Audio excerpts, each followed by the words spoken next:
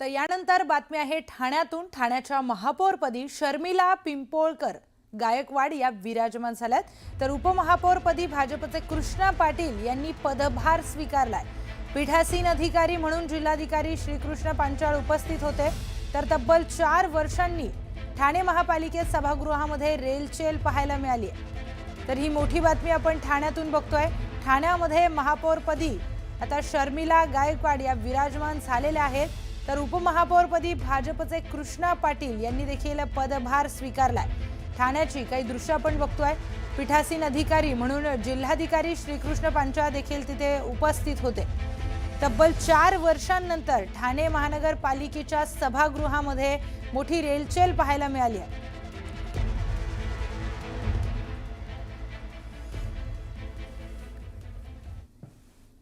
आपण बोलूयात आपले प्रतिनिधी प्रेम मोरे यांच्याशी। प्रेम, ठाण्यामध्ये आता महापौर आणि उपमहापौर पदाची निवड झालेली आहे, काय घडामोडी घडतात? नक्कीच आपण पाहिलं तर आज जे आहे ठाणे महानगरपालिकेच्या सभागृहात जे आहे पहिल्यांदा सभागृह भरलेला पाहायला मिळाला। जवळजवळ 4 वर्षांनंतर जो आहे हा सभागृह भरलेला पाहायला मिळाला। मोठ्या प्रमाणात आपण पाहिलं तर शिवसेनेच्या नगरसेविका शर्मिला पिंपोळकर गायकवाड यांची जे आहे बिनविरोध महापौरपदी निवड झालेली आहे। तर उपमहापौरपदी भाजपचे कृष्णा पाटील जे आहेत ते विराजमान झालेले पाहायला मिळतात। महापालिका परिसरामध्ये जे आहे ढोल ताशांच्या गजरात जल्लोष साजरा होताना पाहायला मिळतोय।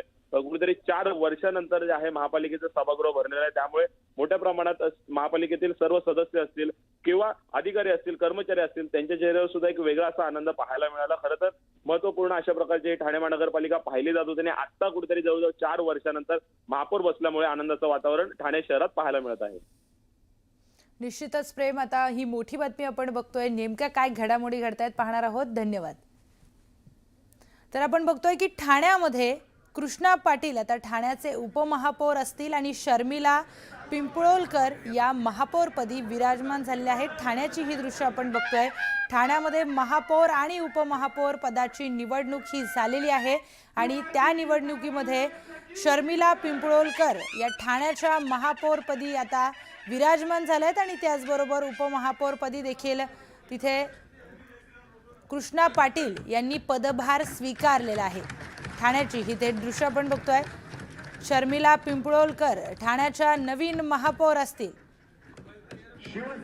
तर कृष्णा पाटील यांनी उपमहापौर पदाचा पदभार स्वीकारलेला आहे।